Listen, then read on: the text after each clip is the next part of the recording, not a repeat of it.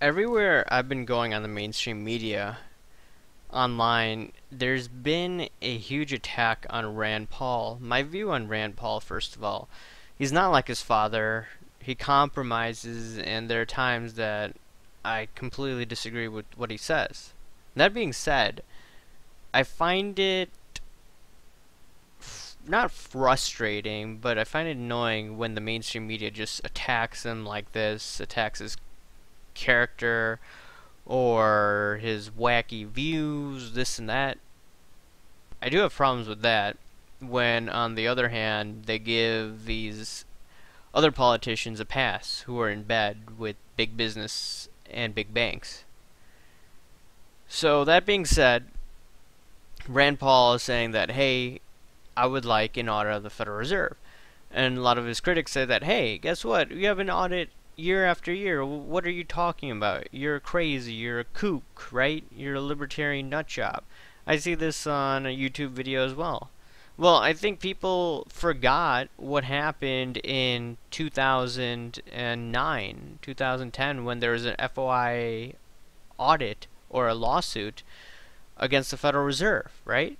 Why isn't the mainstream media talking about that? Well, once again, it's the government media complex. And you could actually say it's the government media bank complex that's in charge, and they are purposely trying to make Rand Paul look like a fool. Even though there are things that he could have phrased his arguments slightly better, there's no doubt about that. If you look at the grand scheme of things, though, it just doesn't add up what the media is talking about, and they're just full of it. And this one YouTube video as well, saying that, hey, they have an audit year after year. Why should we have an audit? Alright, now I'm at a Washington Post article, and this is from 2010, and I could just start from here. The Fed launched emergency programs totaling $3.3 trillion in aid, a figure reached by adding up the peak amount of lending in each program. Companies that few people would associate with Wall Street benefited through the Fed's programs to ease the market for commercial paper, a form of short-term debt used by major corporations to fund their daily activities. By the fall of 2008, credit had frozen across the financial system, including the commercial paper market. The Fed then purchased commercial paper issued by GE 12 times for a total of $16 billion. It bought paper from Harley-Davidson 33 times for a total of $2.3 billion. It picked up debt issued by Verizon twice, totaling $1.5 billion. So let's look at this. You had all this commercial paper bought by the Federal Reserve in 2008. It was not disclosed to the public. I'm sure it was disclosed to some members in Congress, but once again, the public was in the dark about that. So people are saying that, hey, we shouldn't have an audit of the Federal Reserve. Well, the public should need to know, or in my opinion, they need to know what the hell is going on and what they're engaging in. I mean, what off-balance sheet programs is the Federal Reserve engaging in? I would like to know. I mean, yeah, we could see what's on their balance sheet, but once again, you have to remember that these banks, these Federal Reserve banks, engage in sophisticated transactions.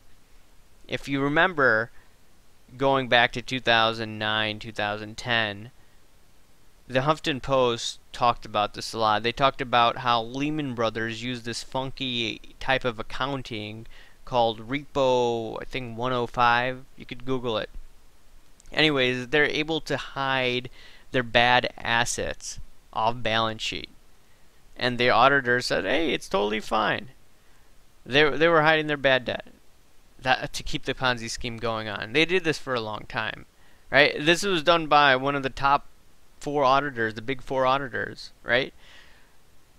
That being said, we have these auditors again saying that, hey, the Federal Reserve is financially solvent, they're reporting the books as it is. Now the question is, what's happening off balance sheet? I think most people don't know what off balance sheet liabilities are.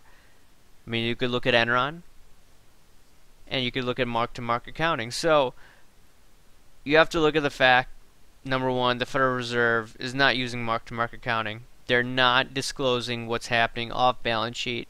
And three, they're using the media.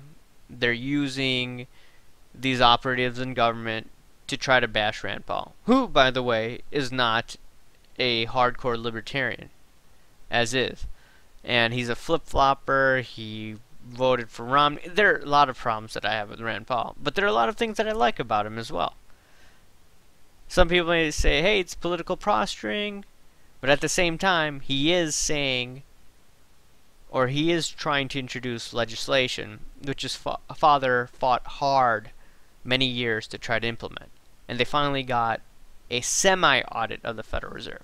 Remember, this was a semi-audit of the Federal Reserve due to, number one, a push for Ron Paul, Barney Frank, and then also FOI lawsuit that came aboard. Now that's been pushed under the rug, and everyone has forgotten about it. And now it's time to bash Rand Paul. So that, I just find it quite interesting. Once again, it's the government media bank complex in charge. If you disagree and you see that, hey, there's no need of knowing what the Federal Reserve does, please explain why. I would really like to know, because at the end of the day, they're the ones that are actually financing the student loan bubble that's going to screw a bunch of us when we get older, right? A lot of people having student loan debt. That market has exploded by the sixfold. No one really talks about that. No one talks about the unintended consequence. In the short run, everything's all good. In the long run, you're going to get screwed. That's why the middle classes continue to get soaked. 50 million people on food stamps. Alright, guys. Leave your comments below. I'll talk to you later. Bye.